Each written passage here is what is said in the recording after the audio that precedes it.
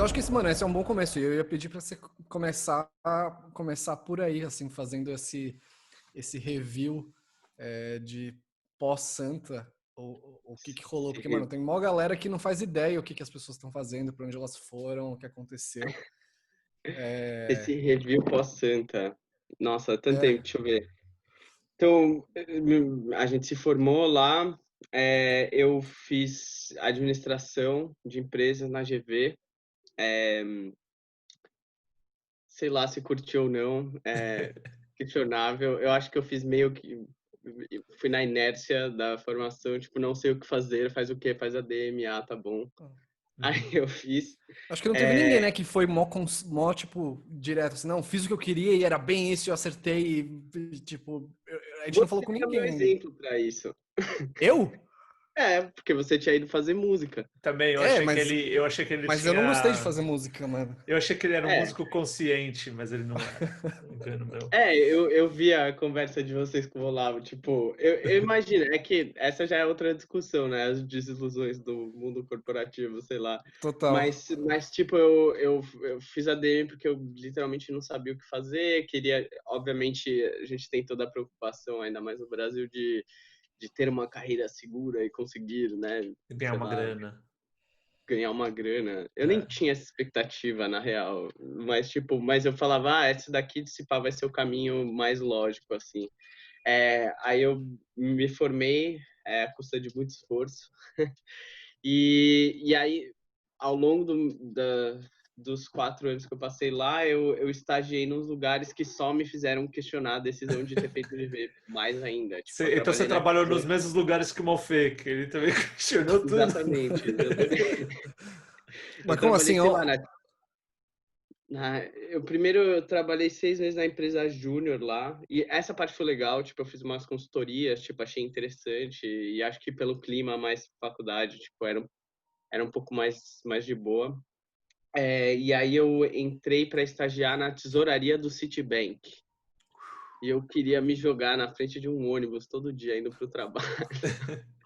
Era horrível. Eu fiquei 6 meses, tipo, detestei aquele clima, tipo, banco de investimento, onde todo mundo se acha a última bolacha do pacote, sabe essas É, coisas? sim, Tipo, e e você era estagiário lá?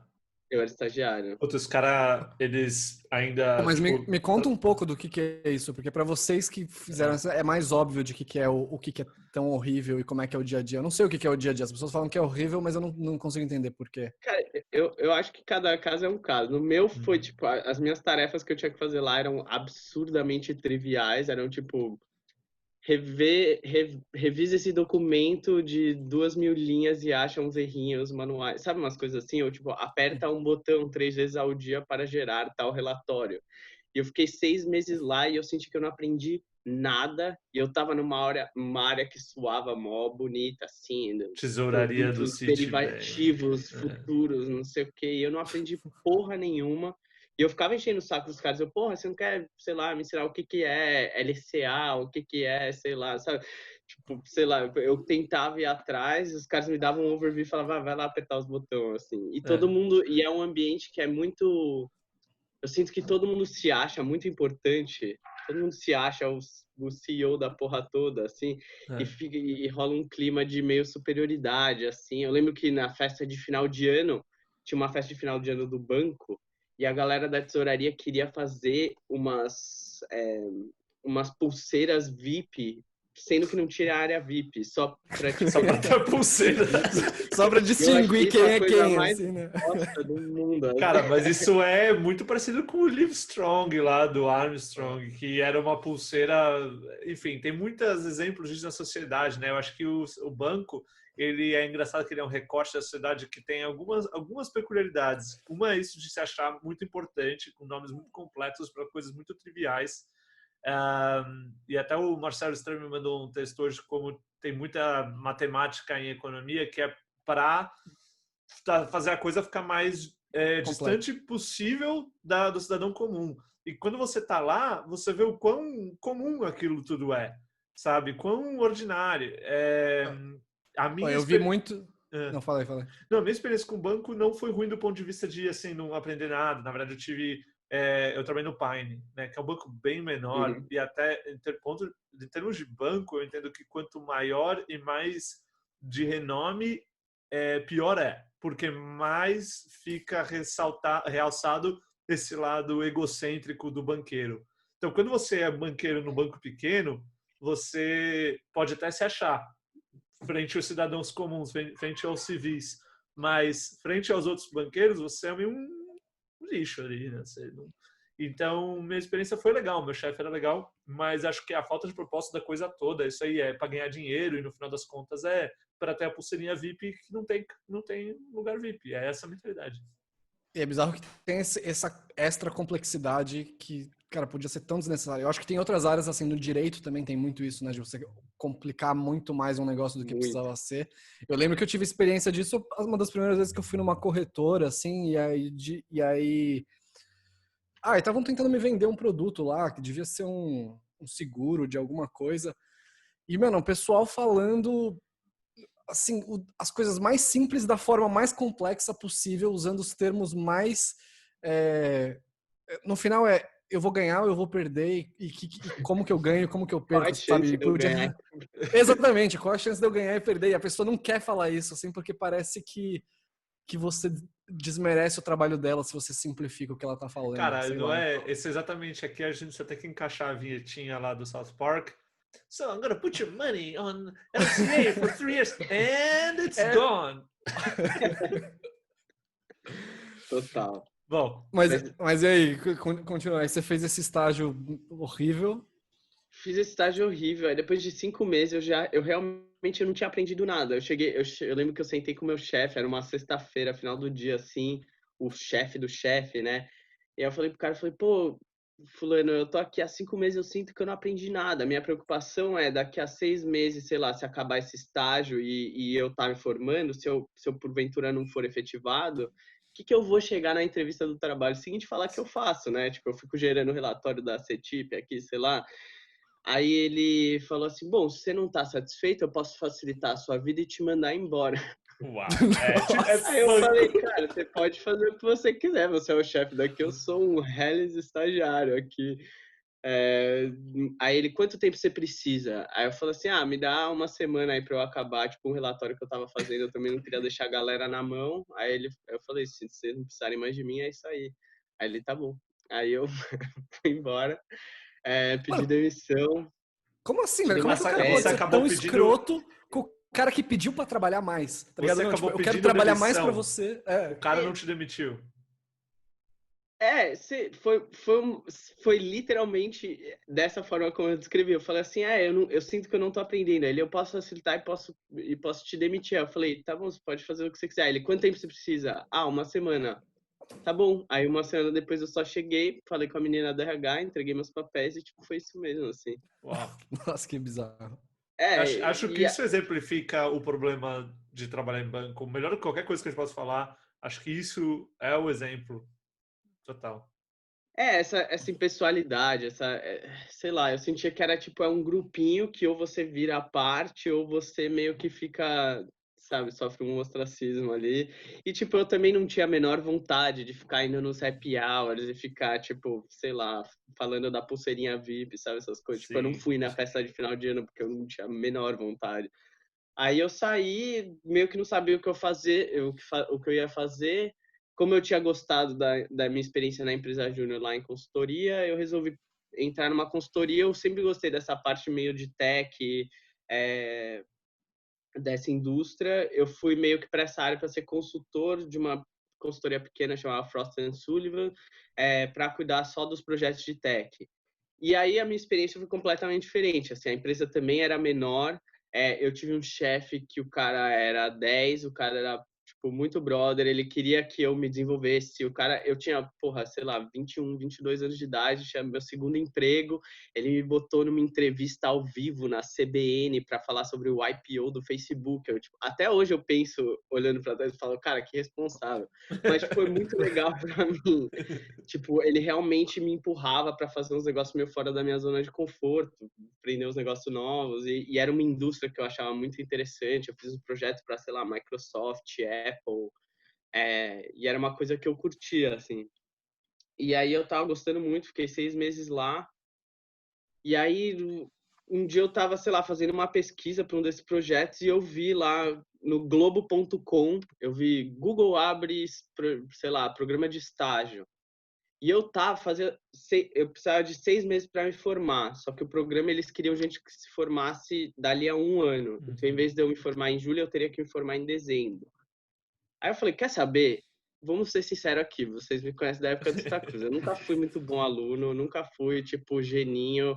Eu falei assim, eu vou prestar esse programa, 0 chances de eu passar. Deve passar a galera que com 14 anos vai lá fazer programa na NASA, sei lá. Eu nunca vou passar, mas pelo menos se eu conseguir fazer o processo seletivo, eu sei mais ou menos como são as entrevistas, para se um dia mais para frente eu tiver outra chance, eu já ter uma estratégia mais bem embasada. E aí eu fui fazendo o processo. Foram 5 meses de entrevista, tipo umas 7, 8, talvez mais entrevistas, assim, foi bizarro. Mas no último dia, como é que foi? Então, no dia que eu tinha que entregar o meu TCC, foi a minha última entrevista com, tipo, a diretora da área que eu trabalharia. E aí eu fiz a entrevista de manhã, eu senti que eu fui bem, eu tava seguro, eu falei, foi uma boa entrevista. Aí eu falei, quer saber? Foda-se, eu vou bombar o TCC. Aí eu cheguei na reunião com o meu professor à tarde, eu expliquei para ele, falei, olha, eu prestei esse processo, é uma empresa que eu sempre quis trabalhar, óbvio, todo mundo, tipo, tinha essa visão, né? Google, putz, uma marca muito, muito foda para trabalhar, sempre foi um sonho meu e eu acho que eu consegui, então eu não vou te entregar o TCC. Porque aí você podia postergar a formatura para ir pegar o estágio, é isso a ideia? Eu já tinha terminado o curso, eu só tinha o TCC, e aí se eu não entregasse, tipo, eu já tinha o TCC pronto, eu basicamente não ia precisar fazer nada para a faculdade, ia poder me dedicar ao estágio, só ia ter que, sei lá, eu nem ia ter que pagar mensalidade, eu tinha que pagar só como se fosse uma DP, assim, só por aqueles créditos que eu fiz algo parecido, eu fui acusado de mentir no meu CV, porque foi muito tosco. Você, depois a gente volta para sua história, mas só parênteses. Eu ia me formar em 6 meses. E aí eu apliquei. Só que eu sabia que a mesma coisa. Se eles vissem que eu ia me formar em 6 meses, eles iam abandonar a minha aplicação. Então o que eu fiz? Eu coloquei no CV que assim eu poderia alterar a minha formatura para 1 ano. E aí na entrevista eu falei para a menina, eu falei, eu posso, na verdade eu estou agora com 6 meses, vocês só precisam me falar e eu mudo para 1 ano, não tem problema. E aí, chegando, foi assim, depois que eu fui contratado, nas primeiras 2 semanas, aí que eles falaram, mas você tá achando estranho que você vai se formar em 6 meses? Eu falei, eu falei para aquela menina durante a entrevista. E aí deu um maior problema lá, o RH foi envolvido, falaram, velho, você mentiu, mas tudo bem. Assim, não existe você mentiu, mas tudo bem. Os caras repararam que eles cagaram, porque eu falei pra menina que ela... Mas enfim, então eu entendo. E aí eu fiz a mesma coisa e aí você paga uma taxa básica, acho que na facu, né? Os créditos que faltam. Pelo menos era assim na GV. E é muito engraçado essas coisas, né? Porque são umas burocracias que, tipo, eu sinto às vezes que se eu tento explicar, soa muito mais complexo do que é, assim. Se eu não quisesse, eu podia me formar daqui a 6 meses. Tipo, eu bombava numa matéria de propósito, tipo, beleza. Mas o Google não podia só falar, a gente gostou de você e foda-se que você vai se formar agora? As pessoas nunca gostam tanto assim de você, né? É que eu acho que o problema é que, ainda mais essas empresas gringas, tipo, putz, os caras já são uma empresa gigante, se eles começarem a abrir exceção para, tipo, 1, 2, 3, de repente fica uma coisa meio fora de controle, e aí o que eu entendo é que os guidelines do programa, assim, geralmente tem que ser seguidos certinhos e não tem muita margem para você fazer. Óbvio que se, sei lá, eu não sei, deve ter 1 ou 2 casos super extraordinários, mas via de regra, assim... para ter um caso extraordinário, é colocar a mão no fogo, porque isso aí vai bater, tipo, num lado alto, lá dentro do Google. Os caras vão falar, mas por que você quebrou a regra com esse cara? Ah, não, porque ele é muito bom. E aí, essa pessoa que fizesse isso estaria falando que o Marcelinho vai ser o próximo senhor Google e... Difícil. E antes de você continuar depois do... todo mundo fala muito dessas coisas das entrevistas do Google, já ouvi umas histórias que tem umas perguntas bizarras. rola isso mesmo ou é meio lenda urbana? Como é que fala um pouquinho de como é que eram essas entrevistas, que acho que uma galera não sabe como é. Cara, eu me preparei muito porque eu também ouvi essas coisas. Eu fiz, tipo, eu lembro que eu tinha um caderno que eu anotei várias, tipo, quantas bolinhas de tênis cabem no Titanic, sei lá, quantos postes tem em São Paulo. Sei lá, tentar mostrar, né, uma lógica por trás dos cálculos que eu fazia. Eu me preparei muito para essas entrevistas e eu não tive nenhuma dessas perguntas ao longo. Assim, eu achei o processo muito bom, aliás. Eles testaram em inglês, sei lá, numa conversa casual em inglês. Eu lembro que teve conversa com o RH, que foi muito mais tipo, o que você já fez a vida? Quem é você? De onde você vem? O que você gosta? E aí as conversas mais com o time eram mais aplicadas. Então, como eu tinha feito um trabalho em consultoria, né, fazendo pesquisa de mercado, essas coisas para essas empresas, eu tinha muito dado na minha cabeça, assim, eu sabia, sei lá, claro, naquela época tinha X% de market share e a Apple em smartphones tem tantos por cento. Então, eu tinha esses dados meio que na minha cabeça. Isso me ajudou muito, porque foram conversas sobre a indústria, assim. O que você recomendaria para o seu cliente se ele quisesse aumentar o market share dele aqui, essa, tipo, com produtos do YouTube. Então, sei lá, achei uma entrevista foi muito boa, assim, não teve nenhuma pergunta pegadinha, não teve nenhuma dessas perguntas tipo, puta, quantas bolas de golfe cabem na lua, sei lá, não teve nada disso, assim, foi um processo bem sensato. A única coisa que demorou muito, foram muitas entrevistas. E aí você começou a trabalhar lá e você fez até meio uma carreirinha lá, né? Você ficou uns anos lá, né? Eu tô há 8 anos, tá? Você Ainda tá lá, estou. você tá ainda? Ainda estou. Porque Eu entrei como estagiário, fiquei 6 meses no time de vendas, aí fui efetivado, me formei, entreguei meu TCC finalmente, aí fiquei mais 1 ano e meio em vendas, mais ou menos isso, 2 anos em vendas, sei lá. E aí eu sempre quis muito morar fora, assim, eu sempre quis ter essa experiência de morar fora e eu tinha isso muito na minha cabeça, que era uma coisa que eu queria fazer na raça, que eu não queria, tipo, putz, que ajuda de ninguém para fazer, tipo, mestrado, essas coisas, nem nada. E aí eu notei que vendas era um time mais local e que as oportunidades para transferir eram um pouco menores. E aí eu mudei para uma área mais de operacional, mais de suporte, que cuida das campanhas premium que a gente tem no YouTube. E aí, com isso, eu fiquei mais 2 anos nessa área e aí eu consegui uma oportunidade para mudar aqui para os Estados Unidos faz Mas você 4 tinha anos. pedido para mudar por causa disso ou foi destino, Foi, assim? foi uma, foi um negócio que eu fui buscando e que uma hora rolou, sabe? Desde que eu entrei na empresa, eu falava para os meus chefes, meu objetivo, eu queria um dia ter uma experiência internacional.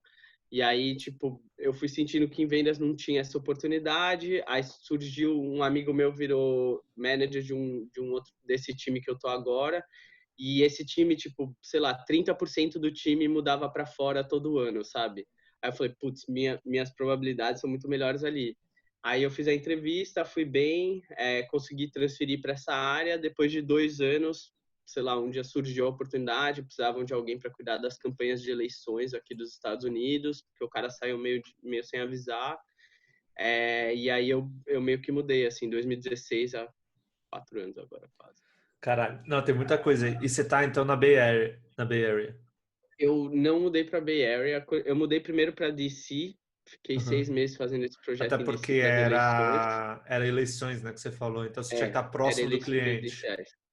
Eu tinha que dar, eu dou suporte para o time de vendas. O time de vendas fala com o cliente, então tipo tinha o time de vendas para os republicanos e dos democratas, e eu ajudava esses times a tipo uma vez que eles vendem, eu assumo a campanha, eu fico falando com a agência, falo, isso que a gente precisa. Eu não faço exatamente a implementação, tem um time que faz terceirizado, mas eu tipo gerencio todo esse processo para assegurar que não vai dar ruim, como são campanhas muito caras, muita grana. Sim. E tal.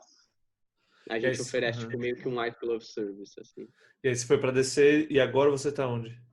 E aí, depois de desistir, o meu chefe queria me mandar pra Bay Area ou pra Nova York, só que eu falei, cara, eu vivi a vida inteira em São Paulo. Tipo, é uma comparação meio estranha, mas eu falei assim, eu não quero mais, eu não aguento mais essa vibe de morar em cidade grande. Eu queria realmente uma experiência diferente, assim, de ter um estilo de vida um pouco mais tranquilo. Será que a gente não consegue uma posição em Los Angeles? Porque tem um Los escritório aqui, Angeles. todo o Mas time Los de mídia. Angeles é uma puta cidade meio que nem São Paulo. Mais ou menos. Tipo, em alguns aspectos, porque a É tipo Rio de malha Janeiro. urbana dela é muito grande. Eu acho que em termos de estilo de vida é mais tipo Rio de Janeiro do que Ah, São Paulo. aham. Então é uma coisa mais praieira, tipo, eu moro em Santa Mônica hoje, então eu moro perto da praia, o pessoal do escritório, sei lá, em New York, todo mundo, tipo, é muito formal, assim, todo mundo fica Sim, de terninho, não sei o quê, aqui é, tipo, de boa, sabe? sim, sim, Sei lá, você sim, pode ir de chinelo e bermuda pro escritório, tranquilo. sim.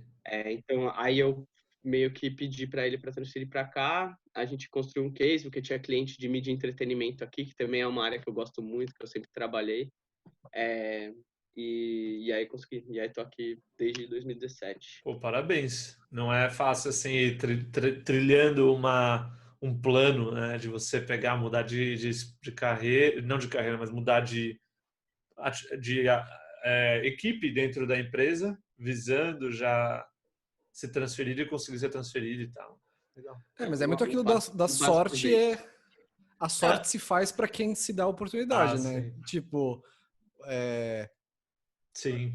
você ficou dando os tiros, Uma hora pegou. uma hora É, pegou, é. eu tinha estabelecido para mim que, tipo, se até os 30 anos eu não conseguisse ter feito essa mudança pela empresa, que eu ia sair e ia tentar fazer, tipo, um mestrado, um MBA e aí por essa rota. Mas é o que você estava falando, eu senti que não ia rolar aqui, eu tive que abrir mão de algumas coisas, porque em tese uma carreira, vendas é uma área muito mais bem vista, assim, sabe, na empresa, em termos de plano de carreira também, essas coisas do que... Tanto que quando eu quis mudar, o meu chefe de vendas falou assim, não, você vai estar dando não sei quantos passos para trás e tal. Eu falei, cara, eu não tenho essa Ambição. viagem de ego de querer ficar e virar o fodão, sabe? Sim. Ter todos os clientes e o network, não sei o que. Eu tenho muito mais esse objetivo de ter essa experiência cultural, tipo, morar fora, tipo, viver essa independência, sabe? Porque é um nível de independência diferente quando você mora fora, acho. Eu me lembro um pouco isso. Isso é quase um desejo assim sem depreciar, não, é um desejo de classe média, da melhor maneira. Que eu acho que no Brasil não tem muito, porque no Brasil, pelo menos na minha visão, se você é o que eu vejo a classe média, a renda média, PIB per capita no Brasil, acho que está na casa de $1.000 mês, ou é tipo R$ 2.000 mês. Então, uma renda média estaria talvez nessa casa. E, pô, com essa grana no Brasil, você não consegue ficar muito tranquilo. Consegue ficar tranquilo, 2, 3 pau por mês. Você me lembrou um colega, um amigo meu, alemão, que mora em Stuttgart. E aí eu fui lá na casa dele uns meses atrás e ele comprou uma casa, assim, meio afastado, em Stuttgart, ele já tem 40 e poucos anos, e é uma casa relativamente grande, e aí no porão da casa ele fez um puta estúdio, certeza que você gostaria, tem 2 baterias, e ele dá aula então de música, de bateria, de guitarra e tudo, e ele trabalha desde os 16 anos na Mercedes, na Daimler-Benz. Uhum. E é isso, cara, não tem uma ambição de carreira. O que ele tem é um trabalho, ele gosta dos carros que ele produz, ele gosta daquilo, aquilo dá um salário para ele. Por isso que aí, outro dia, bateu uma notícia sobre mudanças na aposentadoria desses empregados que passam a vida numa empresa, e ele estava bem sério. Porque imagina se você trabalha a sua vida inteira num lugar só. Você basicamente falou, não, estou confiando nisso aqui. E alguém muda o seu plano de aposentadoria. É bem, bem chato. Mas é uma coisa que na Europa acontece, não quero subir na vida. Nos Estados Unidos também acontece, você pode ficar meio, mas eu vou ter uma vida boa em outros aspectos. É que eu acho que o subir na vida é muito subjetivo, né? Ele é. Eu quero dizer, Tipo, não quero subir na carreira. Foi isso que eu quis dizer. É, É. é que, tipo, eu sinto que as pessoas que eu conheci que têm esse drive de, putz, eu quero virar CEO, eu quero virar o Uhum. diretor, eu quero. É, tipo, você realmente tem que ter esse desejo, esse drive, porque você tem que engolir muito sapo, sabe? Ainda mais em mundo corporativo, assim, de tipo, putz, chefe, politicagem. Às vezes você faz um projeto, mas você não manda um e-mail bonitinho, então outra pessoa leva o crédito, e aí você, sabe? É tipo, esse jogo, como é que chama aquele seriado lá do presidente? Sei VIP. lá. Não, do cara do. Underwood. Era da O House of O Cards. House of É muito Cards. House of Cards. É eu me ridículo. sinto- Aquele seriado é uma coisa ridícula, aquela vida de esquemas, Então, Mas eu sinto mas eu muito que acho. em vida corporativa, mesmo numa empresa como o Google, tipo, óbvio que aquilo é uma caricatura do extremo do extremo, né? Mas a vida corporativa tem um pouco disso, assim, um pouco de você, putz, você já tomou aquele cafezinho com aquele diretor para mostrar o seu trabalho, não sei o quê.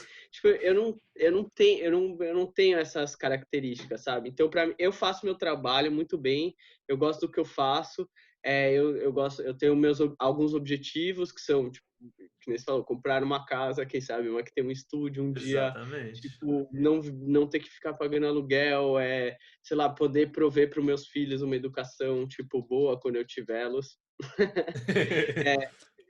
Poder Mas você não acha que, fazer. mano, você não acha que aqui no Brasil gera uma urgência, assim, das pessoas buscarem esse tipo de coisa, assim? Porque É que eu a acho alternativa é muito gritante, assim. Tipo, aqui Sim. se você não dá certo, entre aspas, a sua fudeu. vida, ela cai Fudeu. muito, né? É, E eu acho que em outros lugares você tem, talvez, não sei se é uma rede de segurança, mas você tem uma sensação de que, cara, mesmo que eu não atinja esse patamar muito alto, a minha qualidade de vida é super ok ainda. Então eu não preciso almejar total. isso. Isso foi um dos motivos que me fez mudar para cá, que eu sentia isso muito no Brasil, essa pressão, né? Eu falava, cara, se eu não der certo, tipo, no mundo corporativo da vida e eu tiver que procurar outras alternativas, tipo, tudo vai ser muito difícil, tipo, como que eu vou pagar o aluguel, sabe? Sei lá, como que, sei lá, que tipo de lazer você vai conseguir ter, que tipo de né, quantas experiências você vai conseguir ter ao longo da sua vida. Eu sinto que lá, né, quer dizer, no Brasil as coisas são muito mais difíceis se elas não dão certo, sabe?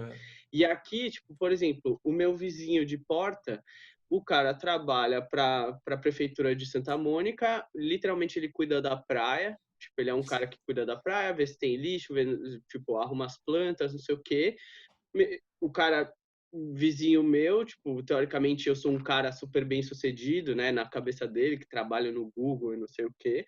Ele, aliás, o AP dele tem 2 quartos, o meu tem 1 quarto, então, tipo, ele vive até melhor que eu. O cara tem 2 filhos, ele tem 2 carros, eu demorei 3 anos para tipo, tirar a mão do bolso e comprar um carro. Ele viaja direto, ele foi com os filhos e a esposa ano passado para Itália, sei lá, eles fizeram uma viagem para Paris, sei lá. Tipo, quando que uma pessoa que, sei lá, que cuida do Ibirapuera lá em São Paulo vai conseguir levar uma família inteira, tipo, para a Europa, sabe? Sim. Não, é Acho inviável. é inviável morar, tipo, e morar do lado de uma pessoa que em tese é um executivo de uma grande empresa, sabe? A diferença de classes sociais no Brasil é muito maior, assim, e eu sentia essa pressão de, putz, eu tenho que fazer dar certo aqui, porque senão fudeu. E você não tem mais o medo de, tipo, porra, e se aqui não der certo por alguma coisa, sei lá, fui mandado embora, eu ainda consigo continuar vivendo a vida que eu vivo? Ou, tipo, ainda existe essa tensão? Ou agora já nem passa mais na sua cabeça? Então, existe mais pela questão do, eu sinto como eu não tenho uma formação em uma faculdade aqui dos Estados Unidos. Tipo, ninguém aqui sabe o que é GV, se é boa, se não é. E eu não a meu networking aqui não é tão grande quanto no Brasil. Então eu não conheço tantas pessoas, eu não teria tantas pessoas para me indicar. Tipo, hoje em dia agora já tá um pouco mais fácil do que tava quando eu mudei, porque eu não conhecia ninguém, literalmente. Mas eu às vezes tenho esse medo, né? De, tipo, putz, se nada der certo aqui, se eu for demitido ou acontecer alguma coisa, eu acho que ia ser difícil arrumar um trabalho novo. Mas o outro lado eu consegui, por conta do custo de vida aqui ser um pouco mais equilibrado que em São Paulo, Você eu sinto poupa, né? eu consigo poupar mais e o meu dinheiro aqui, ainda mais com o momento que o Brasil está vivendo, vale muito mais no Sim. Brasil. Então, esse é o meu colchão, é o que me deixa dormir à noite, é falar, tipo, puxa, tudo bem, se tudo der errado, pelo menos eu consegui guardar uma graninha aqui, que em dólar é uma boa grana no Brasil, e isso me daria pelo menos um tempo para conseguir respirar, para ir fazer um mestrado, um MBA, alguma coisa, tentar me recolocar, entendeu? E você está aí no visto de trabalho, está no H1B. Eu fiquei no L1, que é tipo Sim, de relocação. Intra-Company Transfer, e aí eu fiquei no L1 por 3 anos, foi um parto até conseguir tirar meu green card, mas saiu ano Pô, você passado, tá então com green agora eu tô com card meu green agora? card. E que é Aham. o EB2? EB2, exatamente. Ó, você É. tá sabendo mais que eu. Não, mas pô, com green card você não precisa nem voltar pro Brasil, então. Eu posso ficar com o green card até 10 anos, É. e aí depois de 5 anos com o green card trabalhando, eu posso aplicar para uma cidadania. Uhum. Mas essa é toda uma discussão, ainda mais por conta dos impostos, né? Sim. Porque se eu tirar a cidadania americana, eu preciso pagar impostos aqui para sempre. E aí é uma decisão que eu tenho que tomar com a minha esposa, tipo, aqui Mas que me a gente quer parece morar. que você paga o diferencial de impostos, não é? Por exemplo, vamos dizer que a taxa de imposto nos Estados Unidos fosse 30. Se no Brasil você pagar 27, você tem que pagar só 3 para os Estados Unidos, não é? Ou não? Eu acho que mas ainda é um double tax, né, em Sim, dólar. ainda. É uma decisão, sei lá, que a gente tem pensado. Eu acabei de tirar minha cidadania portuguesa, também saiu, depois de 13 anos. Então isso também é uma coisa que às vezes a gente pensa, tipo, pô, a Europa seria um lugar legal, tipo, morar também, ter outra experiência, sabe, numa outra cultura. Minha esposa trabalha com gastronomia, então para ela, óbvio que seria muito legal. Pois você casou mesmo, então? Você está falando esposa, Casei, esposa não é só uma namorada de muito tempo, é uma não, esposa. não, casei. Casei, ela é brasileira, ela mudou Ela foi pra com cá você pra aí comigo. ou você conheceu ela aí? Ela terminou a faculdade enquanto eu estava em DC. Ela fez PUC, psicologia. Só que ela não gostava muito, trabalhou um tempo, mas não era o que ela queria. Aí, logo que ela se formou, eu falei: Meu, se forma, eu vou acabar os negócios em DC. Quando eu finalmente decidir para onde eu vou mudar depois, né? Seja São Francisco, Nova York, sei lá, ou LA, que eu queria mais. Aí a gente vê como faz. Aí ela se formou, mudei para cá, ela veio também. Aí ela já não estava muito gostando da carreira de psicologia. Ela fez um curso em gastronomia aqui, amou, e aí tem trabalhado com isso desde então. Legal.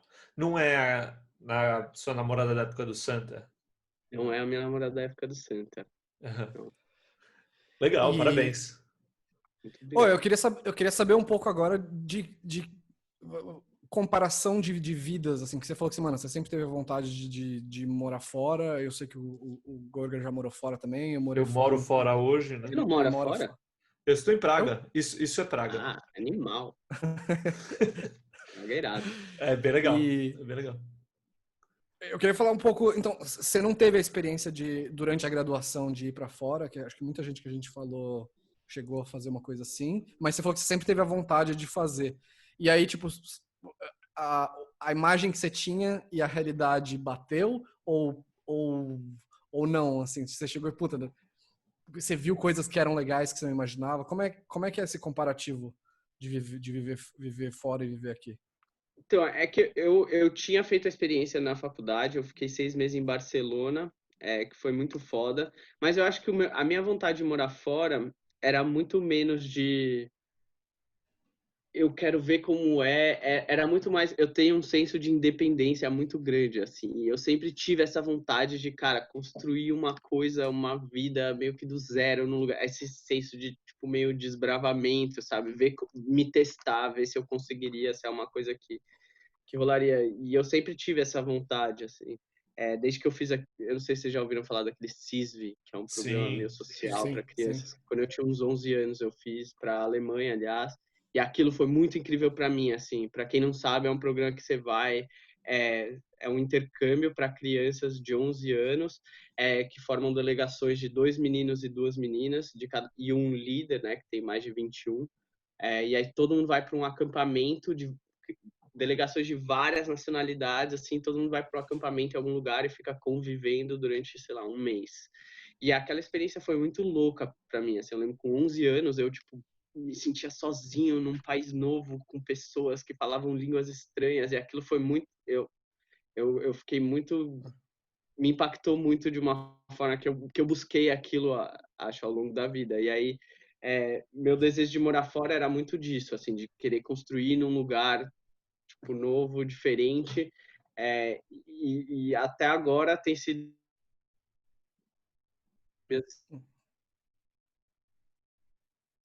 Se eu não me engano, a Uma A Alger Alma trabalhava acho que com o ela CIS, é não era? Ou fez uma coisa... líder de alguma coisa, sei lá, de chapter, que chama. Você foi lá pra vocês vir com o Léo, não foi? Eu fui com 11 anos, fui eu e o Soneca. Só que o Sim. Soneca nem estudava no Santa Cruz. A gente se conheceu ali no CIS e foi muito da hora. O Soneca é o cara mais engraçado do mundo. Faz, aliás, muito tempo que eu não falo com ele, por favor, Ele faça um casou. podcast. Vamos fazer. Eu encontrei ele bebaço uma vez no O'Malley's. Acho que foi a última vez que eu vi ele. Tava No ele Melis. e aí, depois, quando eu tinha 15 anos, eu fiz de novo pra Finlândia, eu, o Léo e o Soneca. E a Maria Eugênia, que era uma menina um ano mais nova, que fez Santa também. É, e foi muito da hora. Sei lá, foram experiências para mim muito importantes de formação, assim. E todo esse objetivo que eu sempre tive de morar fora começou com esse programa, com certeza. E agora, E... o que Não, seria fala aí. os planos daqui pra frente? Então, tipo, você já parece que você alcançou as paradas que você estava buscando com, mano, bastante sucesso. E agora, é tipo assentar e ficar num lugar, ou você ainda quer colar em outro lugar, ou fazer, ou qual que é os próximos degraus na escada da Graus. vida, Legal. degraus? Eu sempre tenho essa discussão com a minha esposa. Assim, eu senti esse vazio um pouco, uma vez que eu assentei aqui de vez e que acertamos, pegamos a casa, decorou, tipo, acabou tudo, acabou, tipo, mission accomplished. Assim, eu senti um pouco esse vazio de, e agora? O que eu faço? Vou ter um filho por ter um filho, sabe? Essas coisas. E aí eu acho que porque eu sempre fui movido a esses objetivos que eu tinha aqui atrás. Putz, eu quero trabalhar numa empresa muito foda, conseguir esse trabalho, eu quero, tipo, transferir, conseguir, eu quero entrar na faculdade, conseguir, eu quero me formar no Santa, conseguir. E aí eu senti essa falta. E hoje em dia eu sempre brinco com a Luísa, eu falo, eu me sinto numa propaganda do Silvio Santos, old school, assim, que eu tenho o sonho da casa própria. Total. Eu queria muito comprar uma casa, é muito complexo comprar aqui em LA, porque as coisas são muito caras. Então a gente até tem visto de mudar para outros lugares que às vezes sejam um pouco mais baratos. Então tem esse o sonho da casa própria. Eu quero, óbvio que em algum momento eu quero ter filhos, mas eu ainda não me sinto na estabilidade financeira que eu gostaria para isso. E um outro objetivo que eu tenho atualmente, que aos poucos eu tô indo atrás, é trabalhar numa indústria que eu sou absolutamente apaixonado por. Então, ou música ou gaming, que eu sou muito nóia dos videogames. Então, eu queria muito poder trabalhar perto de uma dessas indústrias. Eu já trabalho um pouco com música, eu cuido de umas campanhas tipo Coachella, Lollapalooza, eu que toco boa parte da implementação aqui nos Estados Unidos. Mas eu não trabalho só com música, assim, ou só com game. E aí é uma coisa que eu tô tentando, sei lá, vamos ver se rola. De game, o que você joga mais? É tipo o PlayStation, o computador? O que é? Eu jogo muito PlayStation, eu tenho o Play 4, Uhum. que Você tá animado pro coincidência, Play 5, então? muito animado com o Play 5. Agora, na verdade, eu tô totalmente sem controle dele, porque minha esposa comprou The Last of Us 2 e ela tá muito viciada. Ela tá jogando sem parar, inclusive ela tá aqui jogando agora. Eu sei Pô, que o É, Last of Us 1 foi fodido, mas o 2, eu ouvi algumas críticas meio negativas. O que ela tá achando? minha opinião, ignora as críticas, ignora os leaks, porque tem várias coisas erradas, joga o jogo porque é muito foda. Eu achei muito foda. Ó, eu tenho um brother que tá em LA, ele trampa com... Ele é um lead designer, ele fez o Last of Us 1 e fez o God of War também. E ele tá numa outra empresa agora. Depois dá uma olhada, é brasileiro, é o Glauco Long. Animal. O Manda trampo o do cara é contato dele fodido. pra mim. Eu sempre gosto de conhecer umas pessoas aqui, vamos tomar uma breja, sei lá. Ah, Que agora em época de corona é mais complexo, mas... Sim. Isso era outra coisa que a gente que era legal de falar. Como é que tá esse lance do vírus aí? Cara, tá. Eu sinto que tá. Eu nunca sei julgar. A gente tenta ser mó cuidadoso, porque pra gente aqui é complexo. Se um de nós ficar doente, a gente tem cachorro, e aí quem vai ficar aqui, e aí ir pro hospital, e família não pode vir, e seguro de saúde aqui é uma questão bem mais complexa que no Brasil, eu sinto. E então a gente tem tentado se prevenir o máximo possível. A gente sai o mínimo que a gente precisa só para passear com o cachorro, para ir comprar umas coisas. Mas assim, eu acho que tá um pouco parecido com São Paulo. A gente sente que tem uma galera que deu um foda-se total. Outro dia eu fui passear com o cachorro, tinha uma galera Tava fazendo todo uma mundo. festinha de criança no jardim da frente de casa, sabe, na calçada. Aí outro dia tinha uma galera tomando sol na calçada. Porra.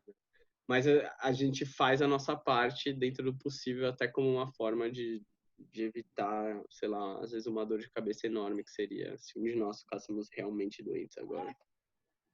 Aí em Praga, como é que tá aí em Praga? Ah, liberou geral já. Foi meio Tá esquisito. várzea já.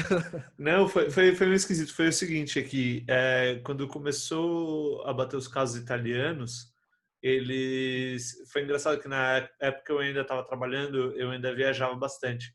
Segunda-feira eu estava indo para Berlim, de trem, e eu li uma notícia. A República Tcheca fala que não vai fechar a fronteira com a Alemanha. Sempre que você vê alguém falando assim, não vai fechar, É porque vai fechar. é porque alguém está pensando em fechar. Aí eu mandei pro meu chefe, Porque falei, teve essa discussão. Aí eu falei pro meu chefe, chefe, ó, tô indo pra Berlim e, tipo, e se fechar a fronteira? Aí ele, não, mas a notícia disse que não vai fechar. Eu falei, tá bom. Aí eu ainda fui pra Espanha na mesma semana e aí, e aí ia fechar na sexta-feira a fronteira.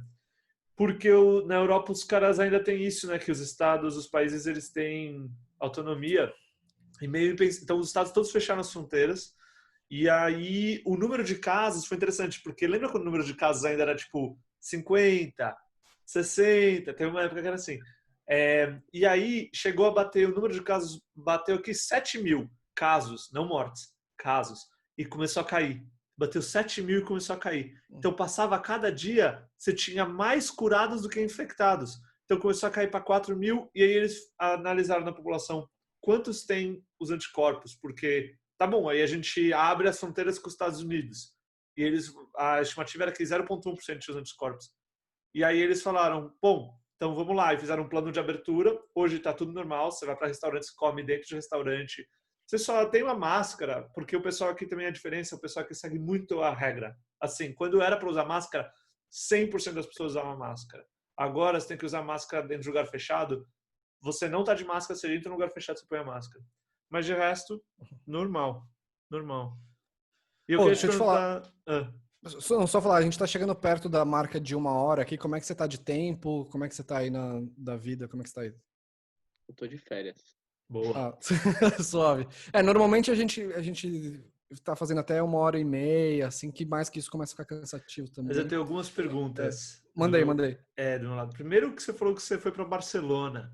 E você, por acaso, dado a época que você ficou naquela casa lá do Rabael, aquela casa lá?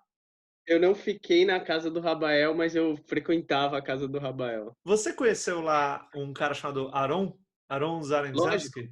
lógico. Pô, sabe que ele mora em LA, né? Sério? O Arão mora Sério? aqui? Não Ele sabia. mudou faz um ano. Eu vou falar pra ele que você tá aí também, aí vocês... Não, sério, eu tenho ele no Facebook, eu acho. Eu E mando uma mensagem. Caralho, eu não ele sabia. ele tá trabalhando com cinema, o sonho dele, ele trabalhou uma história meio parecida com a sua, assim, ele trabalhou uma época em consultoria, e só que um dia ele falou assim, não é isso que eu quero mesmo cinema, na verdade ele já tinha esse plano. Ele tá aí, se você falou de mudar de indústria, que pode ser games, pode ser música, se você gosta de cinema também o Aron pode te ajudar. Olha lá. Não, animal, eu não sabia que o Arão tava aqui. Lógico que eu conheço ele. Não, Irado. e essa Muito casa de Barcelona, como é que foi? Conta um pouco, porque eu ouvi muita história desse lugar. Tinha até um nome, é Casa Verde, não era assim que chamava? Casa Verde, chama, porque era na Rua Verde. Eles Nunca fizeram fui uma lá. filial aqui em São Paulo depois, quando voltaram. Tinha também, abriram também. Cara, sei lá, eu fui pra Barcelona meio perdidão, assim. Eu tentei ir pela faculdade, e aí os caras da GV fizeram uma puta cagada com a minha aplicação pro intercâmbio, e eles basicamente me negaram numa data que não tinha mais o que eu fazer. E eu fiquei muito puto. Isso também acho que contribui bastante pro meu ressentimento com a faculdade. Mas aí eu tava puto e eu queria ir de qualquer jeito, porque era a data, porque depois eu ia começar a estagiar, e eu sabia que não ia mais dar. E aí eu consegui, um amigo meu me indicou, falou dessa faculdade de Universidade Autônoma de Barcelona, que você consegue organizar com eles. Você basicamente se inscreve no curso deles e você paga um tanto pelos créditos. E era um valor muito razoável. Eu lembro que eu até achei muito barato, assim. E aí eu resolvi, eu meio que fui na doideira, assim, eu não fui com ninguém, eu não sabia de ninguém que tava lá na Europa, eu fiz um mochilão sozinho, eu cheguei lá, fui, tipo, indo pra onde me dava na telha, eu comprei aqueles Eurail, que dá pra você Sim. ficar, sei lá, 10 dias viajando Aham. sem parar e tal. E aí eu fiz toda a viagem, cheguei, por coincidência, eu encontrei um amigo, um cara que tinha feito intercâmbio na GV, uns franceses, o cara me indicou um apartamento em Barcelona, achei, tipo, arrumei um lugar para ficar.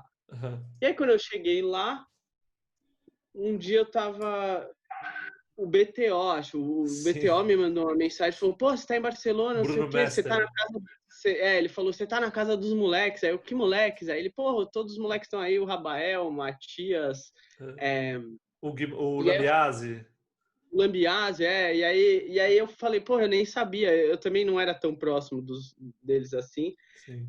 mas aí ele fez essa ponte, aí eu fui lá um dia que eles todos, era muito engraçado, porque no começo eles todos trabalhavam num hostel em Barcelona, e eles eram, tipo, os party boys do hostel, tipo, o trabalho deles literalmente era levar a galera para aqueles pub crawl, sabe, essas coisas, pra Sim. balada.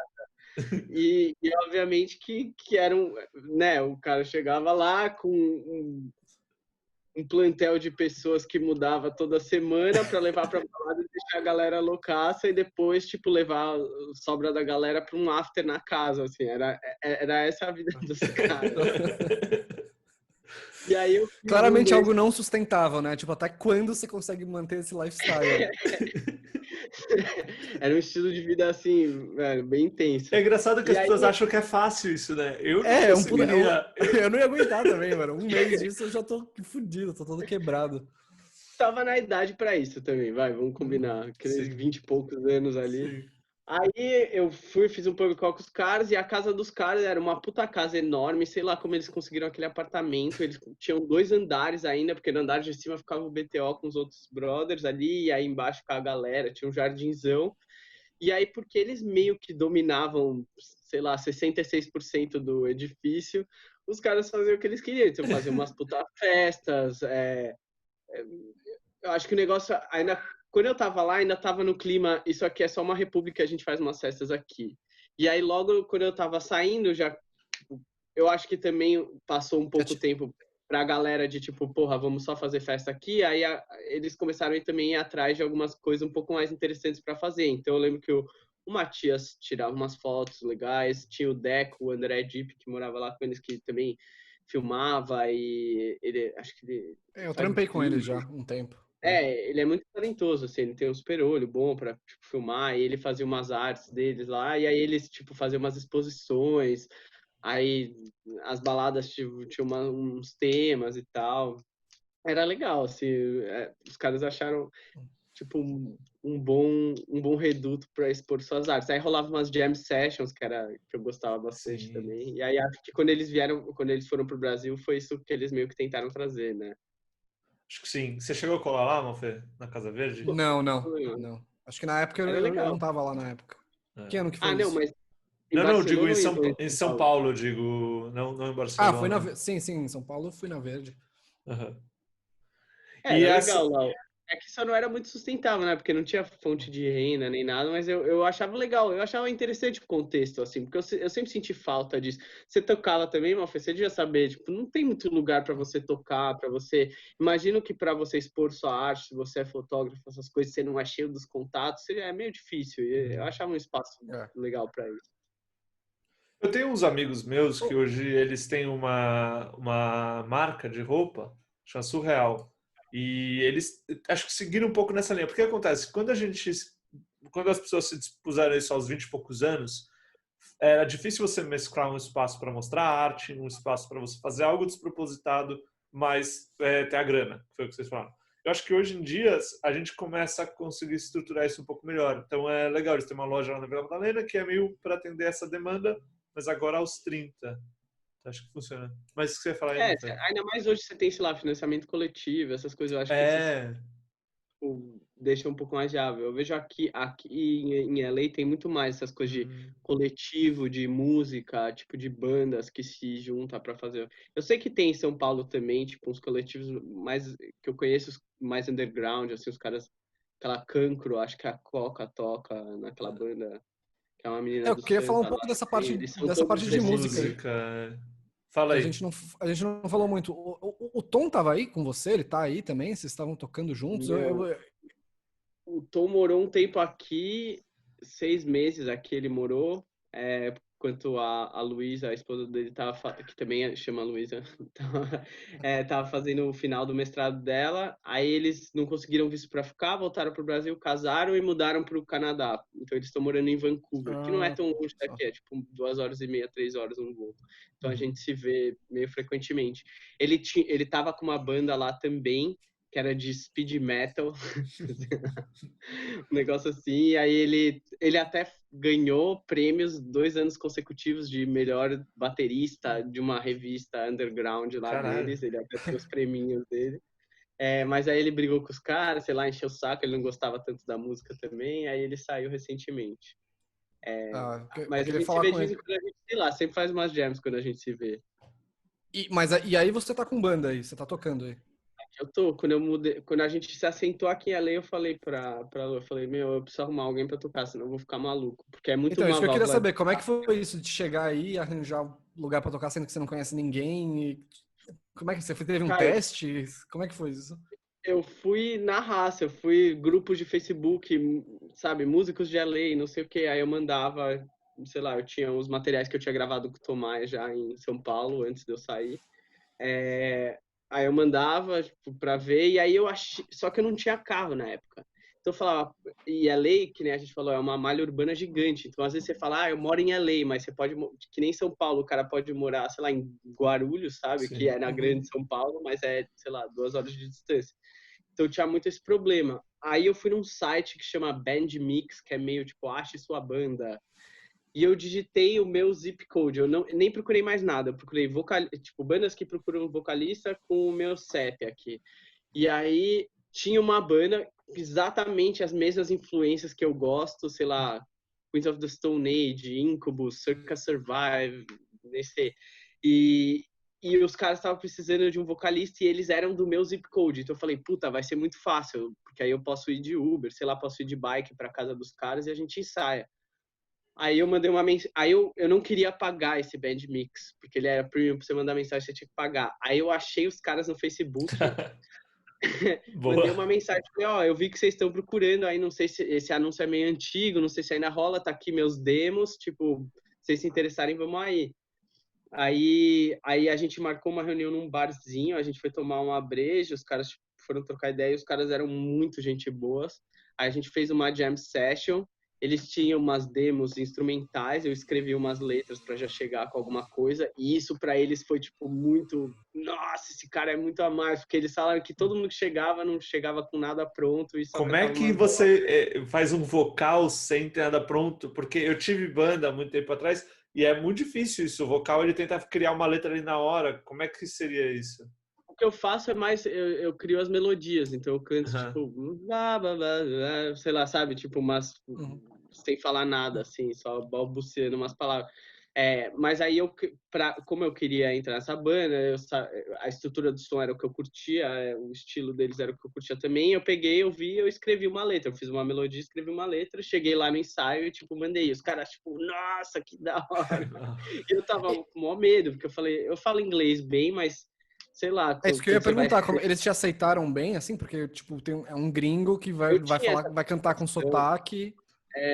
eu tinha essa preocupação de sotaque, de escrever, fazer uns erros gramaticais, sei lá, eu sou muito perfeccionista com isso. E aí, sei lá, eu falei para os caras, eles não relaxa, ficou ótimo, a letra ficou animal, não tem nenhum erro gramatical. Eu acho que porque eu canto banda gringa desde que eu comecei a cantar, e eu sempre fui bom de meio que imitar assim o estilo de voz, não sei o quê. Até a galera fala, quando você canta, você parece que você não tem muito sotaque.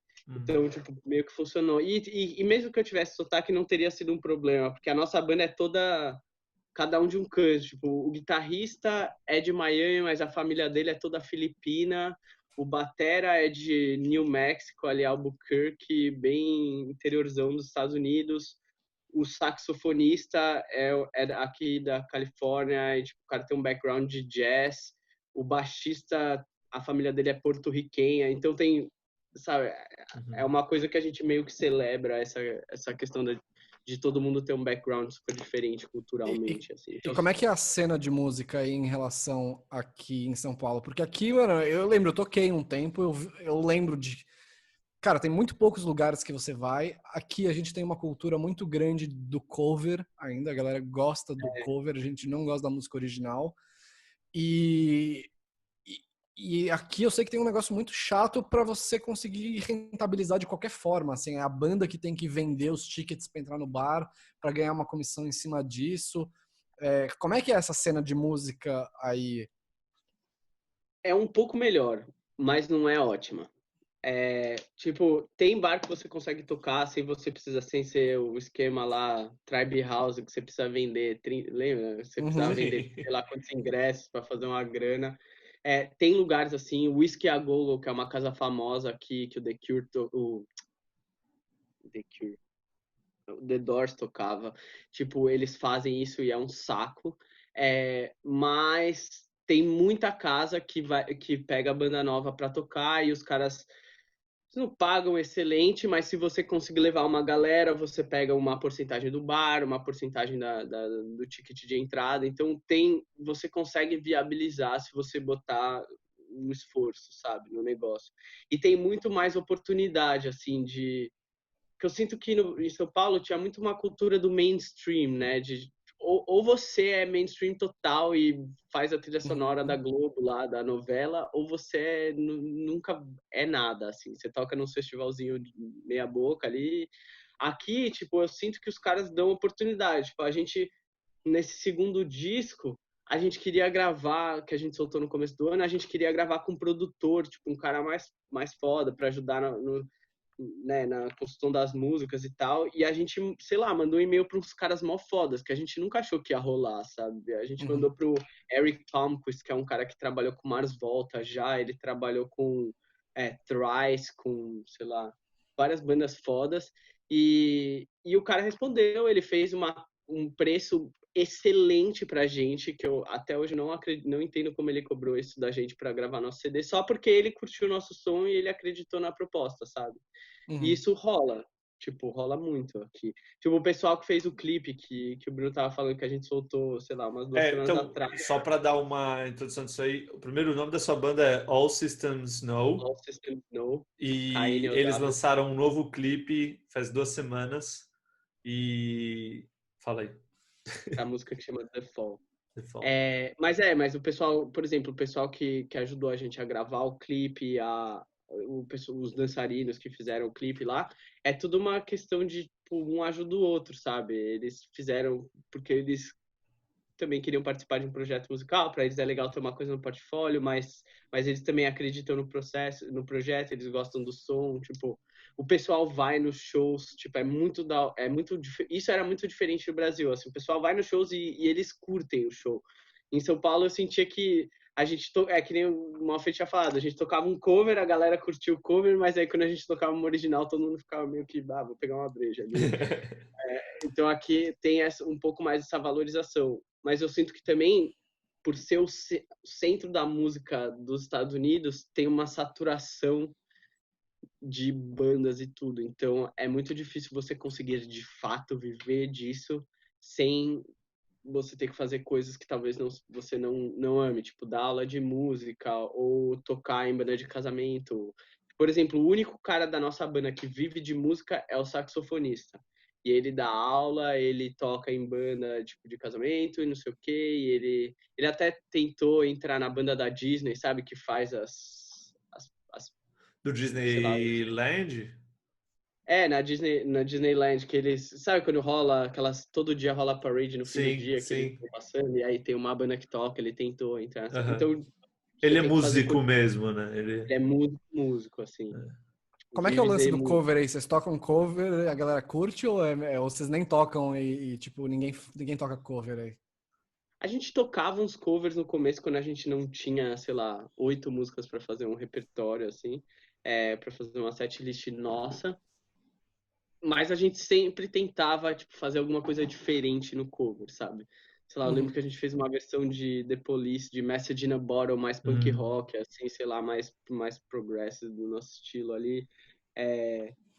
Mas eu sinto que a galera não valoriza tanto. Tanto que tem um lugar que a gente sempre toca aqui em Santa Mônica que chama Trip, e eles abrem para um open mic todo sábado.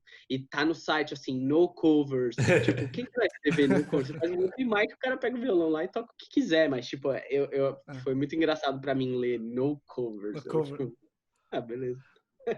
É uma valorização da criatividade individual. Eu acho isso por um outro lado, né? Eu gosto de fazer umas teorias. Me parece que no Brasil tudo é muito social no Brasil. Então, o que acontece? Mesmo bandas conhecidas, quando lançam música nova, a audiência no Brasil tem uma dificuldade com música nova, porque ela não se relaciona, porque ela não sabe a letra, não sabe do que se trata. E na Inglaterra, que é um lugar que eu visitei bastante, a cultura é muito tipo, o que você acha de uma coisa nova? Então, que acho que os Estados Unidos é muito assim também. É tipo, vou te dar uma coisa que você nunca ouviu e a coisa divertida é você me falar o que você acha. Enquanto no Brasil a coisa divertida é você se relacionar com algo que você já conhecia. E a gente tem essa coisa catártica aqui, né? Que tudo que é social meio que se amplifica. Você tem, tipo, o carnaval, que são massas de gente, de pessoas cantando a mesma música. E aí eles tocam evidências. E aí todo mundo... Que eu acho que no Brasil a marca da qualidade é, tipo, todo mundo conhecer o seu som. E se todo mundo não conhecer e curtir o seu som, você, tipo, não é bom. A validação vem pelos outros, né? Contrário, às vezes, você lembra, eu acho que Monkeys, o jeito que começou foi muito... Ninguém conhece, esse aqui é o meu... Sabe, tem muito essa coisa do, tipo, é o meu segredinho aqui, é a minha banda que só eu conheço. É tipo, olha, mas não olha. E aí ele mostra pro amigo, só que é um meu, hein? Aí o amigo não pode... Tipo, um brother meu, um cara que eu conheci do trabalho e tal, ele é todo dessa cena de música e não sei o quê, e ele é aqui de LA. Aí uma vez ele fez um post nosso, né, divulgando o nosso som, tipo, if you know, you know, sabe essas coisas? Eu acho que tem um pouco disso aqui. Mas também dificulta, porque, como eu falei, é tão saturado, tipo, todo mundo faz música ou algum tipo de arte aqui. Literalmente, 90% dos motoristas de Uber que você pegar, ou o cara é rapper, ou o cara é artista, ou o cara é modelo, ou o cara tem uma banda, todo mundo, assim. Então, por conta disso, também é difícil você se destacar, é mais difícil você se destacar, eu acho. Sim. Pegando esse gancho, eu queria saber um pouco da comparação de pessoas mesmo, assim, porque eu tive um pouco de vivência na Europa em geral, mas com os americanos eu tive pouca vivência, assim, e a gente tem um estereótipo dos Estados Unidos, talvez de uma pessoa que se acha melhor do que os outros, eu não sei, eu tenho esse estereótipo do americano.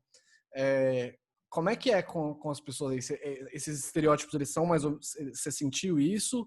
Ou compara um pouco com o Brasil, assim, o que é mais legal ou mais chato entre os americanos e os brasileiros?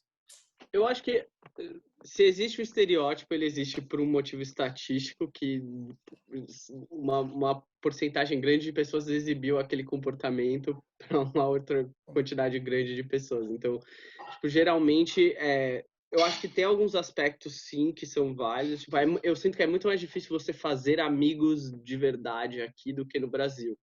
Tipo, no Brasil, as pessoas, em geral, são muito mais abertas. Eu lembro quando uma menina uma americana transferiu para os Estados Unidos, para o Brasil, e eu ainda estava lá, no dia que ela chegou, todo mundo já, convidando ela para churrasco. Eu lembro que eu convidei ela para ir viajar comigo e com os amigos para praia, para casa, pro Guarujá, assim, e ela foi, e a galera chamava ela direto para ir jantar, para fazer coisas. E aqui, quando eu mudei, tipo, demorou um tempo até as pessoas, sim, me convidavam para coisas do trabalho, sabe? Vamos num happy hour e tal, mas ninguém me convidava para ir em casa, por exemplo, ou para fazer alguma coisa que não fosse diretamente relacionada ao trabalho. Então tem um pouco a questão do personal space que eles têm aqui muito, que é tipo, mano, aqui tipo, não me abraça porque aqui é o meu espaço, não toca. Não sei quem sabe? você é, né? Eu não sei quem você é e tal. Mas mas ao mesmo tempo, eu acho que é injusto você generalizar isso como em todo lugar, como na Europa, como no Brasil, você generalizar esse estereótipo. Eu fiz grandes amigos aqui, até o meu vizinho que eu tava comentando é o cara mais brother do mundo, assim, ele, a esposa dele, os filhinhos dele são demais, eles vêm direto aqui em casa, não durante a pandemia agora, mas a gente direto faz uns churrascos juntos, e não sei o que. O meu outro vizinho também é um baterista, ele trabalha com como é o nome daquele cara que casou com a Kim Kardashian, o rapper? O Kanye West. Kanye West, ele trabalha com Kanye West, não sei o quê, então ele é cheio das histórias loucas, assim, e a gente, tipo, a gente se dá mó bem, e os caras da banda são também meus irmãos, assim, hoje em dia a gente tem uma conexão super boa, mas é bem mais difícil, tipo, se eu for contar em 4 anos aqui, eu tenho, sei lá, 6 grandes brothers, assim. Enquanto no Brasil, sei lá, em 4 anos de empresa eu tinha vários grandes amigos, sei lá, no Google, sabe? Ou na faculdade, em 4 anos de faculdade sentia que eu tinha mais pessoas que eu podia contar e tal. Mas acho que isso eu também gosto de assumir um pouco de meia-culpa, assim. Eu aqui, como sou eu e minha esposa e a gente está em casa e a gente ficou muito tempo sem carro, aqui é uma cidade que mobilidade é um pouco mais complexa, você precisa de carro. Eu sou um cara mais preguiçoso, mas eu gosto de gosmar em casa, ficar tipo, jogando videogame, tomando minha cervejinha, sabe? Isso é o meu fim de semana perfeito. Então também, como eu já estava mais assentado, não estava naquela época vida louca, São Paulo solteiro, saindo, sabe, essas coisas. Então eu também acho que me expus menos a essa parte social. Mas E tem tudo uma coisa da depende idade também, né? Como se a da gente é mais idade jovem, a também. gente é Mas mais tudo depende social. da galera que você anda, sabe? Eu ouço muita gente falando, aqui em LA é todo mundo mó fake, todo mundo vive pra rede social, plastic people, que as pessoas falam.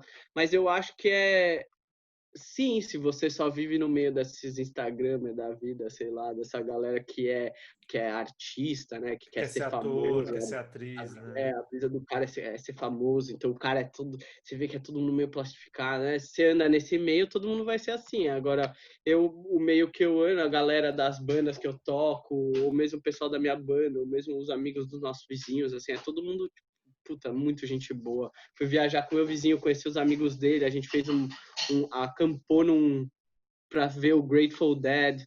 Foi uma experiência muito Você incrível. Não jura? é mais Grateful Dead, é o Dead and Company, né? Que agora o John Mayer canta. Não é mais Ah, o Jerry mas Garcia. quem que morreu deles era o Jerry Garcia. baterista? O baterista morreu recentemente, será? Porque eu sei, cara, tem uma história muito estranha do Grateful Dead. Um deles morreu de cirrose, mas é O outro Jerry morreu. Garcia, não tem que ter tanto, É. E aí, eu então, acho. não Que é o sabia que eles Jerry fazem show Garcia. ainda. E o John Mayer que cobre a parte de vocal, é isso? É animal. Os caras Como é que tocam foi muito. O isso? John Mayer é incrível e é uma cultura de, sei lá, e foi muito legal eles me Hum. incluírem nessa. Foi a primeira vez que eu senti, tipo, porra, que foda. Os americanos, eles são mó fãs disso desde moleque, porque Grateful Dead é uma coisa meio um fenômeno cultural aqui. E eles me incluíram e a gente foi, acampou, fez um negócio mó roots, assim. E foi muito foda, assim. Então eu realmente não tenho o que reclamar, assim. Sim, tem pessoas que vão comprovar o estereótipo, tem, sempre tem. Assim como no Brasil tem galera que vai querer, sei lá, querer te roubar e vai, sabe essas coisas, tipo esses Não, tem estereótipos um motivo que o negativos. estereótipo é o estereótipo, né? Os estereótipos, às Eu vezes, não acho que são sim, estereótipos à geralmente toa. eu acho que sim. Tem um motivo que, sei lá, tem muita gente que faz o estereótipo. Então Acho tem que o cara lance do que vai. estereótipo é que ele é uma percepção com delay, né? Então, É, tipo, é, talvez a coisa já mudou, mas o estereótipo ele demora para mudar em relação ao E se fato em pá, si, tem uma outra né? coisa do estereótipo também, que você pode criar um estereótipo que é só virtual. Então, o que eu quero dizer é assim, se você pega 1930, quantos americanos conheciam brasileiros? Muito poucos. Mas aí você põe na TV uma Carmen Miranda. E aí ele é um estereótipo virtual, entendeu? é, Estatisticamente, ele tá lá. Mas, na verdade, é só a exposição de uma figura criada. Então, tem isso também. é. Sei lá, é difícil, porque, por exemplo, eu trabalhei com o time de republicanos lá, o time de vendas de republicanos, né, em DC. e teoricamente todos são republicanos, então eu assumia que todos me odiavam. E até teve uma situação, sei lá, teve um cara que fez uma piada pra mim uma vez, ele, olha, se o Trump ganhar, você vai ter que voltar pro México, hein? E eu falei, mano, eu nunca fui pro México. Mas o cara falou E, meio te agredindo assim ou foi meio piada de mau foi meio gosto? que uma piada, mas sei lá, tipo, eu relevei, eu até achei engraçada a piada, tipo, dado o contexto. Mas você totalmente, né? Se eu tivesse, sei lá, eu poderia assumir isso como uma puta agressão e já me fechar, sei lá. Mas eu não deixei isso me impedir de tentar criar um laço com essas pessoas pela diferença política, sei lá. E inclusive algumas das pessoas do time hoje são pessoas muito queridas para mim, assim, que eu tenho uma puta boa relação. Então, sei lá, sempre vai ter gente que vai comprovar o estereótipo, mas eu tento, sei lá, ainda mais eu tenho que me colocar na consciência de que eu sou o diferente aqui, né? Então eu tento ao máximo, sei lá, relevar esses estereótipos e conhecer as pessoas pelo que elas de fato são e não pelo que eu acho que elas E cada vez estão mais você querendo não se dizer. sente, cada vez mais, se você não chama atenção para o fato de que você não é dali, cada vez menos você é de fora. Já está aí há 4 anos, você já consegue se mesclar bastante num dia a dia corrente ou não?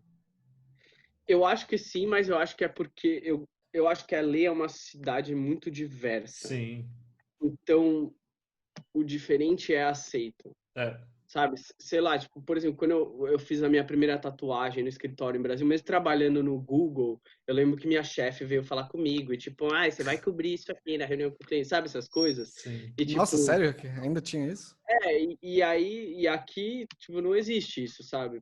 Tipo, sei lá, o VP daqui do escritório de LA, sei lá, tem umas tatuagens, sei lá, quando eu rabisquei meu peito inteiro e ninguém falou nada, sabe? Tipo, o diferente aqui é bom, é legal.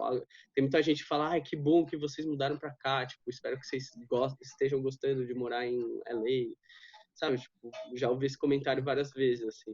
Eu acho que é um pouco cultural. Eu acho que se eu tivesse em Nova York, por exemplo, essa adaptação seria mais difícil. Se eu tivesse em algum lugar, sei lá, no interior do Texas, seria mais complexo. Eu me sentir um local.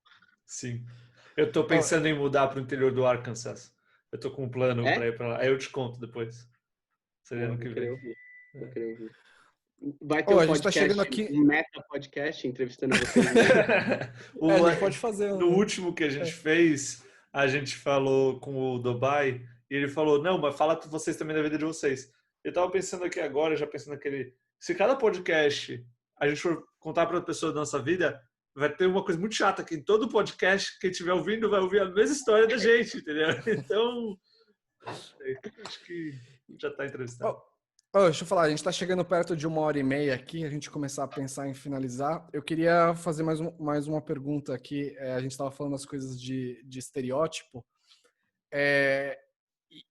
É muito engraçado, né? Que quando a gente está no colégio, eu acho que a gente é ensinado a acreditar num estereótipo de que tem um certo caminho de tire boas notas, cumpra com o que as pessoas esperam de você e os resultados virão. E por essa Não coloque conversa, mano, bombas nos lugares. eu... assim, você tá mostrando, pelo tudo que a gente conversou, você tá mostrando que, mano, esse estereótipo não vale nada, porque você pegou um monte de recuperação, você teve um monte de problema no colégio, e parece que você alcançou um monte de sonhos seus e um monte de coisas que você queria alcançar, e você alcançou. Então, independente dos estereótipos que tinham do que a gente devia fazer, tá ligado?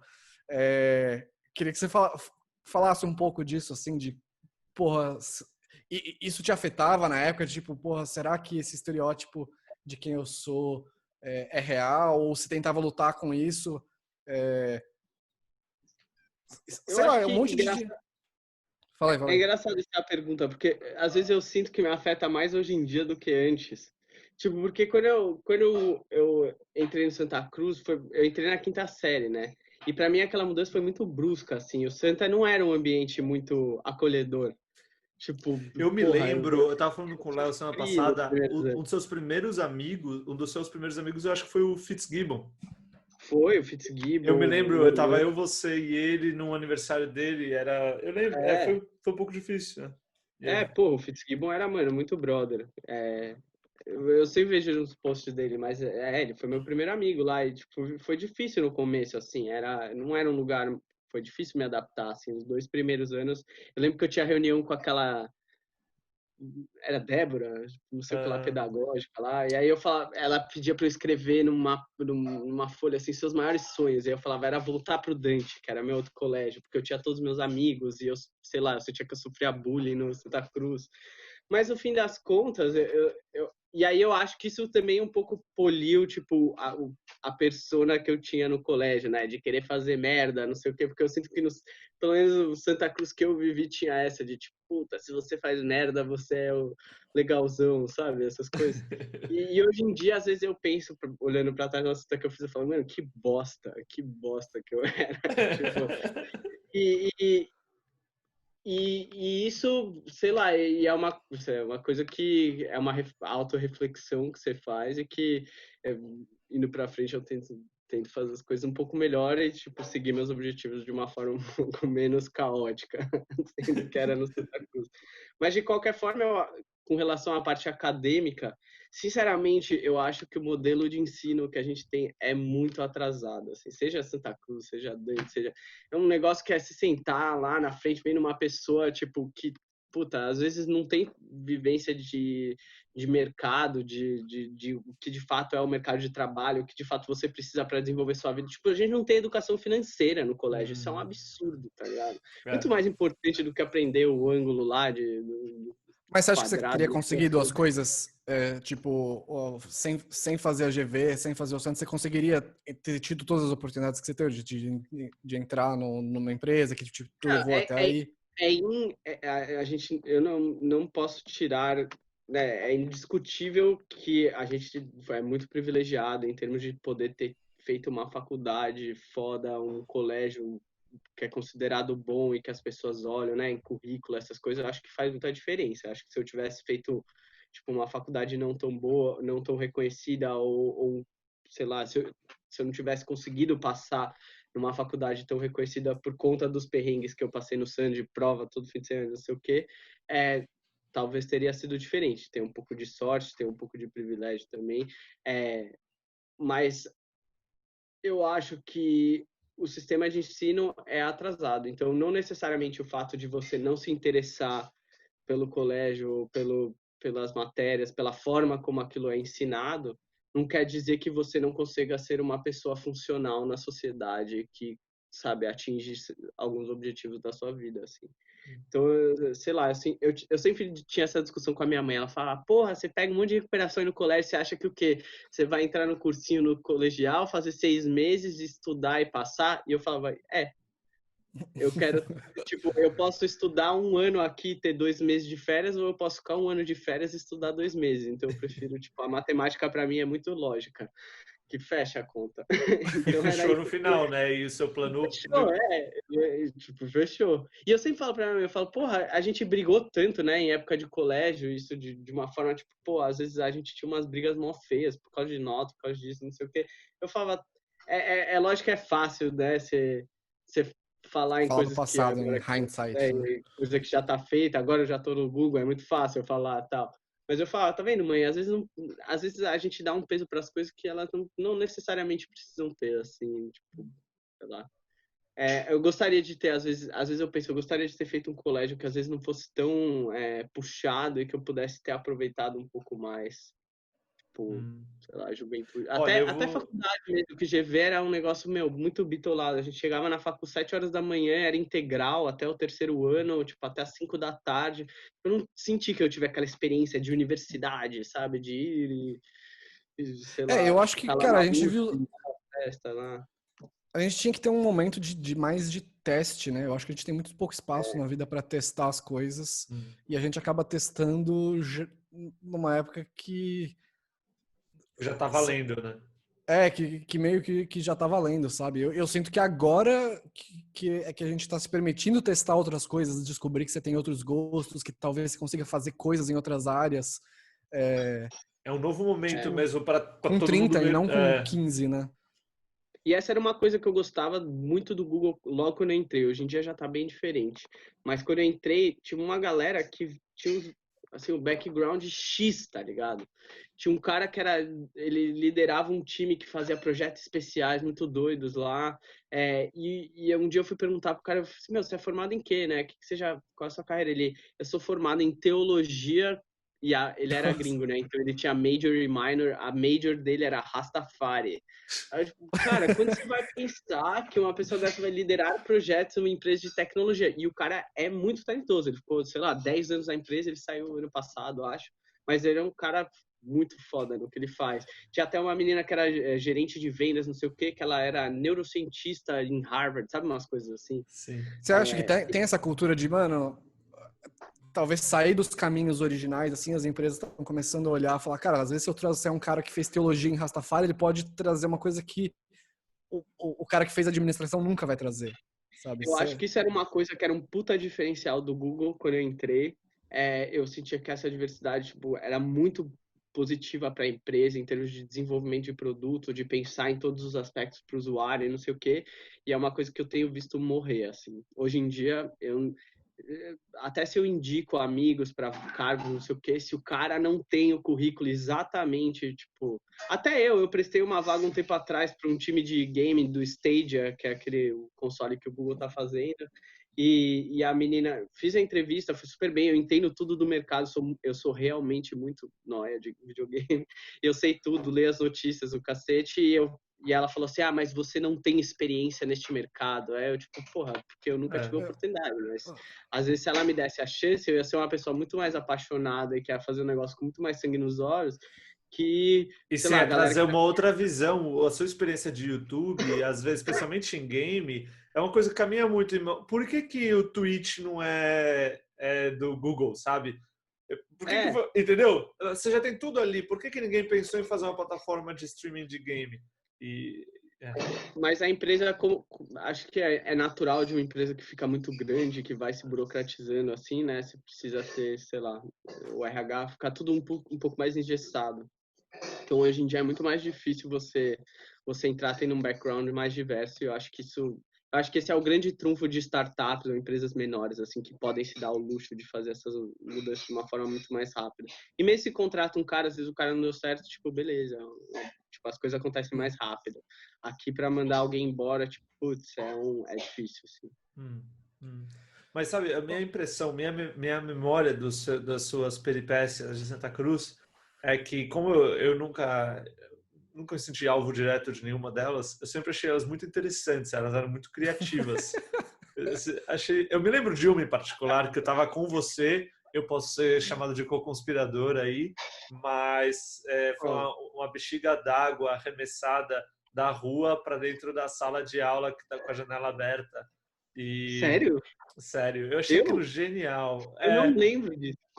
Mas como você tava comigo? A gente tava onde? Tipo, qual era o contexto? Olha, eu não sei. Eu acho que eu tava com alguém conversando. Eu só me lembro. Como é que eu me envolvi nisso, né? Eu já cobri suspensão. Eu já cobri suspensão, velho. Suspensão porque eu tava lá, eu tava curtindo. Quando rolava a bagunça. Só que você apreciou o caos. Cara, quando rolava o caos, meu olho brilhava, assim. O Brotero até hoje zoa, porque quando ele começou aquele negócio dos astecas e dos fenícios. Era muito engraçado. Nossa, eu ria muito. E aí um dia desse eu tava rindo, assim, e aí os vigilantes, porque assim, o vigilante não ia atrás de você, não ia atrás do Brotero, porque ele sabia que ia dar problema. Ele ia atrás dos fraquinhos que nem eu. Se eu pegar ele vai arregar. E eu arregava. Então foi... Mas era muito engraçado. Tinha umas coisas criativas, né? Eu lembro do dia do yoga, você lembra disso? Os caras vieram todos de branco, com incenso, mano, incenso pra caralho. Tipo, é verdade. Não era pra atacar, era só pra tornar o ambiente, tipo, insuportável por o maior período de tempo possível. Assim. Tinha o das florestas, que a gente ficava fazendo barulho de bicho no meio da aula também. Isso era muito bom, velho. Eu tinha um nível de comprometimento muito alto. Eu me lembro de um... Tinha um dia que a gente levou um Tostex na aula, a gente fez um sanduíche, assim. O que eu me lembro foi uma aula que acho que o Alexei ficou a aula inteira embaixo, e era a segunda aula que ele estava fazendo isso, eu já era a segunda aula que ele estava... reloginho.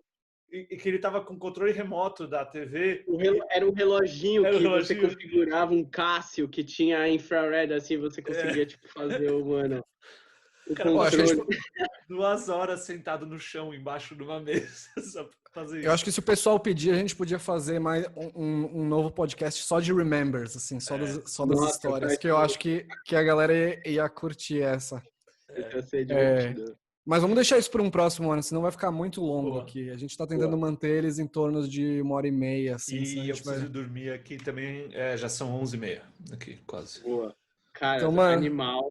Boto muita fé no projeto. Eu sou muito Valeu. fã de podcast. Joe Rogan e Exatamente. Ivan Mizanzuki. Se vocês não viram, aliás, quem tá vendo que não viu o caso Evandro, cara. Ô, Caso Evandro! Puta, animal! É incrível. Incrível, velho! eu não sei o que é isso, velho. O que é isso? É no Spotify, o Caso Evandro.